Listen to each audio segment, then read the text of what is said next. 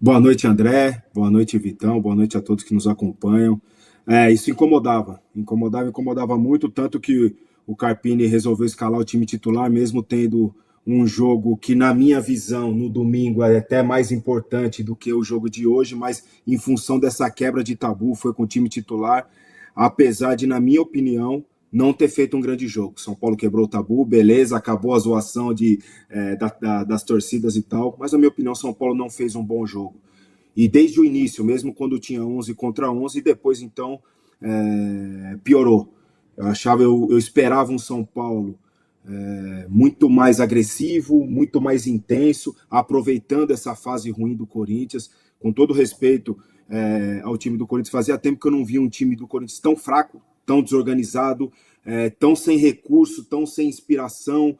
E não só nesse jogo, nos passados também que o Corinthians perdeu, né, para Ituano e São Bernardo. Então, apesar da vitória, eu esperava mais o São Paulo, mais agressividade, aproveitando essa fase ruim. O Corinthians só arrumou alguma coisa contra o São Paulo hoje em bolas paradas. Faltas laterais, escanteios. E o São Paulo, porque o São Paulo proporcionou isso para o Corinthians? Tamanha a fragilidade da equipe do Corinthians, né? A gente falava aqui um pouco antes de começar o programa, capaz que o Corinthians não consiga nem classificar para a próxima fase do Campeonato Paulista. E totalmente compreensível. Hoje o Corinthians é um catado, com todo respeito né, ao torcedor corintiano, à instituição também. Hoje o time do Corinthians é limitadíssimo. O torcedor corintiano não pode. O Corinthians pode jogar em Santo André sem a certeza de que, com todo respeito ao Santo André, pode ser Água Santa, como perdeu para Ituano, como perdeu para São Bernardo. Então, hoje o time do Corinthians é um time limitado, muito limitado, com pouquíssimos recursos, praticamente nada. Então, o São Paulo sendo mais organizado, com uma base sólida, uma base que já está ali há bastante tempo, recentemente campeão da Copa do Brasil. Eu, apesar da vitória, esperava mais o São Paulo na noite de hoje. Cara, eu acho que o São Paulo fez uma ótima opção pelo Carpini, assim. Não tinha certeza, é uma aposta, mas é uma aposta que eu faria. Desculpa, Certeza, vocês me ouvem certeza, agora? certeza a gente tinha do Dorival e do Tite, né? Então acho que a opção pelo Carpini, estamos ouvindo. Certeza que era o Dorival que saiu, o Tite que foi pro Flamengo. Então, das apostas possíveis, achei o Carpini uma boa. E o Carpini chega com o aval do Muricy, que depois, no pós-tele, é o maior nome de São Paulinismo, que a torcida de São Paulo acredita e tem história no clube e bancou. E esse elenco do São Paulo é um elenco que ganhou com o Dorival e teve problemas com o Rogério Ceni. Então é um elenco que bancou também o Carpini, que é um cara bom de diálogo e tal. E os caras sabem que se não der certo o cara que eles bancaram, vai voltar alguém em linha dura. E ele é muito bom treinador. Estreou bem no Guarani, foi bem no Água Santa, bem no Juventude. E uma coisa que eu acho dele fundamental: acho que treinador trabalha para o time, não para ele. Então ele não quis assinar, olha o que eu fiz aqui. Ele pegou um time campeão, mexeu alguma coisa, né? Tirou o Lucas de lado, trouxe, mas deu voz. Só que tudo isso eram apostas. O São Paulo, o São Paulino, especialmente depois que ganhou a Copa do Brasil, que é o título que faltava, e já saiu da fila, São Paulino é louco, tarado por Libertadores. Para ele ter paz até lá, ele tinha dois jogos que importava: o Tabu e o Domingo. Tinha que ganhar pelo menos um dos dois. Já ganhou um. Então, assim, ele vai ter paz. Não pode ser que nem o Dorival tomou 5, né, do Palmeiras. Se perder domingo, e não sei se vai perder, pode ganhar, mas perder jogando nos pênaltis, por um gol, disputando o jogo, essa vitória foi gigante hoje. Então, as pessoas que minimizam o Campeonato Paulista, a primeira fase, não entendem, na minha opinião, nada de rivalidade de história. Essa vitória do São Paulo hoje dá para o Carpini uma paz até para ele montar o que ele quiser até o começo da Libertadores. E o que faltava para mim entender é assim: ele é muito bom treinador. Treinador de futebol hoje se perde nas entrevistas ou na gestão do vestiário. A coletiva de apresentação dele, a primeira entrevista pós-jogo, eu fiz questão de ouvir. Foram perfeitas. Ele não falou mal de ninguém, não falou mal do antecessor, falou bem da torcida. Entrevista coletiva, gente, hoje não é pro Enalteceu o cara explicar Murici. nada. Entrevista coletiva pra gente é pra explicar. Pro cara não quero criar problema pra mim. Eu tenho que agradar meu time, minha torcida, não criar problema. E assim, explicação quem tem que explicar é o Renan, que ganha milhões pra isso aqui. Ele lá, ele não tem que criar problema pra ele. E ele foi muito bem nas entrevistas. Então faltava a gestão de vestiário. Então, assim, acho que a vitória de hoje dá um tamanho para ele. Porque o São Paulo não é o Juventude. Lógico que o São Paulo é maior que o Juventude, mas aí ele ganhou do Corinthians, coisa que o Muricy não ganhou, o Rogério não ganhou, o Crespo não ganhou, o Dorival não ganhou. E vamos falar que Osório não ganhou. Vamos ficar aqui, são 10 anos de treinador não ganhar. Então, essa vitória para ele é fundamental. Foi fundamental. Ele entendeu o jogo. O Crespo uma vez foi em Itaquera com time reserva, porque não entendeu isso. E que tinha Libertadores, e foi um erro, porque ele não era mais importante naquela semana, ele entendeu a importância do jogo de hoje, e assim, independentemente do que ser domingo, eu acho que ele já ganhou na torcida do São Paulo uma confiança, um apoio e um crédito, óbvio, não é um crédito eterno, mas dá um fôlego para ele, que o São Paulo não tá na fila, assim, não precisa ganhar o Paulista, não podia, tinha que ganhar ou do Corinthians ou do Palmeiras, ele já ganhou, então acho que essa vitória foi importante para a torcida, para o clube, mas para o Carpini foi fundamental. Pois é, Renan. E para o jogo de domingo, então, né? Já que vocês falaram, 10 anos, eram 18 jogos de tabu, passaram 106 jogadores pelo São Paulo nesses 10 anos, sofreram 32 gols, vários técnicos, como vocês disseram, e chega o Carpini, né? No momento que a gente fala, poxa, bem agora que o Dorival venceu, o Dorival, depois do título da Copa do Brasil, teve uma das melhores campanhas do brasileiro, né? Naquele recorte pós-Copa do Brasil até o fim do brasileiro. Né? Uma das 3 melhores campanhas ali ao lado do Palmeiras e do Atlético Mineiro. Aí o São Paulino fala, poxa, bem agora a gente perde o nosso técnico, perde o nosso lateral esquerdo titular, perde o nosso zagueiro, chega um cara ali sem nome e vai fazendo isso, tira esse tabu e vai mantendo essa mesma base e fazendo o time jogar bem com a posse de bola que o Dorival tinha também, né, Renan? Fala da importância, então, já pensando no domingo.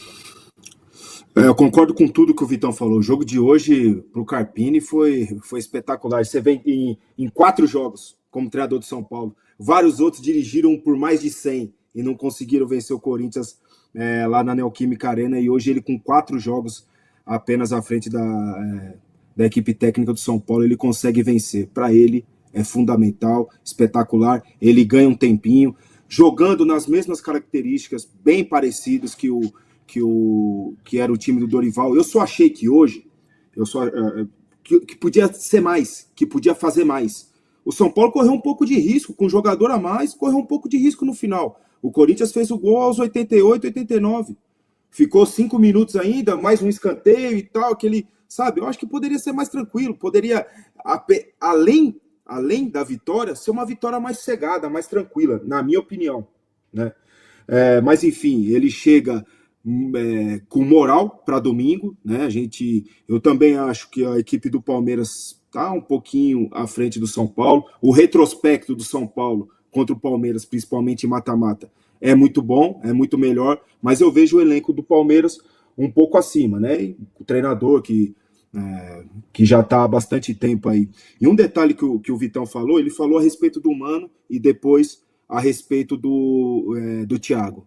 O treinador de futebol, ele foi cirúrgico e perfeito no comentário dele. O treinador de futebol, todos nós, quem jogou, quem não jogou, quem trabalha com futebol, tecnicamente falando, todo mundo entende de 4-4-2, 3-5-2, 3-4-3, todo mundo entende disso. A diferença é o cara que faz os 11 se matar por ele dentro do campo. A diferença é essa. E nas entrevistas do Thiago, você vê ele sempre enaltecendo o grupo, enaltecendo o CT, enaltecendo os funcionários, enaltecendo o Muricy, que o Muricy é o meu que eu quero ser o Muricy dele, enfim. E o Mano, o contrário. Fazendo completamente o contrário, jogando todo mundo contra ele. A partir do momento que ele falou do Ranieri, ele não está falando só pro Ranieri, ele está falando pros companheiros dele também. Como essa conversa no vestiário? Com certeza. Essa conversa rola, né? Uma coisa que o jogador odeia é ser cobrado publicamente. Você vai no vestiário e espanca ele no soco, mas não aponta o dedo para ele nas câmeras, numa entrevista. Como fez o Mano com o Yuri, como fez com o Ranieri. Daí o Michael vai pegar uma bola com uma possibilidade de chutar de longe. Não vou chutar, não. Eu vou chutar, não, que ele vai falar que eu tô lá, não. Entendeu? Então, a grande diferença, na minha opinião, do treinador é exatamente isso que o Vitão falou. É você fazer 30 se matar por você dentro do campo. E o Mano tá fazendo totalmente o contrário do que o Carpini nesse início. mudou muito pouco, coloca ali as ideias dele, é claro, isso aí não tem jeito, uma mudança ou outra tem que ter, mas tá ganhando o grupo, tá com respeito dos mais velhos. Por exemplo, o Rafinha tem quase a mesma idade dele, tem quase a mesma idade do Thiago, entendeu? E é um cara que vai ajudar também nesse aspecto de liderança, de orientação. E você via hoje, depois que o Rafinha saiu, ele muitas vezes ali orientando, ajudando os jogadores que estavam dentro do campo. Então ele ganha uma gordura muito grande para a sequência, como o Vitão falou, a não ser que tome uma goleada que não é esperado, eu acho que vai ser um jogo equilibrado, é um jogo só, é uma final, vale um troféu e um jogo só, então eu acredito num jogo mais equilibrado, e que se ele ganhar o título domingo, aí a gordura dele fica parecendo caminha depois que eu parei de jogar, pô. Muito grande. E é uma coisa, o São Paulo ganhou humilhando, né? O São Paulo, no intervalo do jogo, fez 3 trocas, que eu tenho certeza que foi pensando no domingo. O São Paulo, eu não acho que o Lucas, o Rafinha, o Alisson saiu. O Alisson tinha amarelo, né? Mas o Alisson tinha amarelo, mas o Rafinha e o Lucas com certeza. Foi sim, o Rafinha e o Lucas, que não são jogadores qualquer. O Lucas acabou com o Corinthians na Copa do Brasil no ano passado, saíram para o jogo de domingo. Então, assim, o São Paulo, que jamais havia vencido na Neoquímica Arena, venceu jogando meio tempo com o pé embaixo, né? E fez trocas não pensando no jogo, fez trocas pensando na sequência do domingo. Então isso mostra hoje, óbvio, já estava com 10 no segundo tempo, o Corinthians podia achar, teve um escanteio depois 2-1, futebol podia até ter empatado, porque futebol é isso. Mas esse tipo de risco, desculpa te cortar, Vitão, é esse tipo de risco que eu acho que o São Paulo não poderia passar hoje. Nunca poderia ter corrido esse risco que correu hoje. Entendeu? Com 2-0, com um jogador a mais, jogo controlado, pô, mantém a posse de bola, mas no campo de ataque. Não aquele toque lento, moroso, de lado para o goleiro. Você, mesmo ganhando, você vai, e com um a mais, você vai chamando o adversário para cima de você. É só esse aspecto que eu achei que o São Paulo falhou hoje. Eu concordo. Parece que baixou um pouco a guarda, né? Deixou vivo, baixou a guarda justamente porque tinha essa vantagem. E tinha jogadores no banco, né? O próprio Eric, o Ferreirinha que entrou depois, jogadores para aproveitar as costas ali no primeiro tempo. O Caleri já tinha quase recebido uma bola, depois faz o gol. Aliás, depois eu quero saber de vocês quem falhou mais, Félix Torres ou Fagner no primeiro gol, que para mim foi um golaço também do Caleri, pelo jeito que ele domina, que ele vai levando, que finaliza. Mas não parece isso, Renan, se São Paulo baixou um pouquinho a guarda, pensando nesses 2-0. E a galera falando do carpinismo aqui, o Janis Jorge, carpinismo em alta, a galera tá feliz aqui. Não, o homem tá com moral, ele tá com moral. Você perguntou a respeito do gol do Caleri, é isso, André? A quem falhou? O Félix ou o Wagner? Na minha opinião, é uma falha coletiva. Não dá para apontar um dos dois. Estava nas costas de um, que é do Félix, e na frente. E o lateral não pode deixar nunca o adversário estar na frente dele. Né? Ele tem que estar. O gol está aqui, né? Se o pessoal está vendo aqui, o gol está aqui, eu tenho que estar vendo o meu marcador, o jogador que eu tenho que marcar, eu tenho que ver de frente em relação ao gol. E ele não, ele deixou o Caleri fazer um movimento entre ele e o Félix Torres. Isso aí não pode acontecer. Então, na minha opinião, é uma falha coletiva da defesa do Corinthians. Sem tirar, obviamente, o mérito de um lançamento espetacular do Rato, né, do Wellington Rato, e ele, como canhoto, jogando pelo lado direito, ele já feriu o Corinthians assim, em finalização, e hoje, numa assistência que também o Caleri dominou muito bem, e daí estava à frente, né, do Félix Torres, usou o corpo, o Félix não quis fazer o pênalti, ele conseguiu fazer uma finalização perfeita. O Caleri que também, sempre contra o Corinthians, né, tem uma sorte, uma competência, obviamente, muito grande. Então eu não consigo apontar falha mais de um de outro. Uma falha coletiva e falha de comunicação também, né? Até mesmo do Cássio, que ele tá vendo o jogo de frente, orientar o fundo, as costas, gritar com o Félix, enfim, sem tirar, repito, o mérito do belo lançamento do Rato e principalmente o domínio perfeito do Caleri para já colocar na frente e finalizar.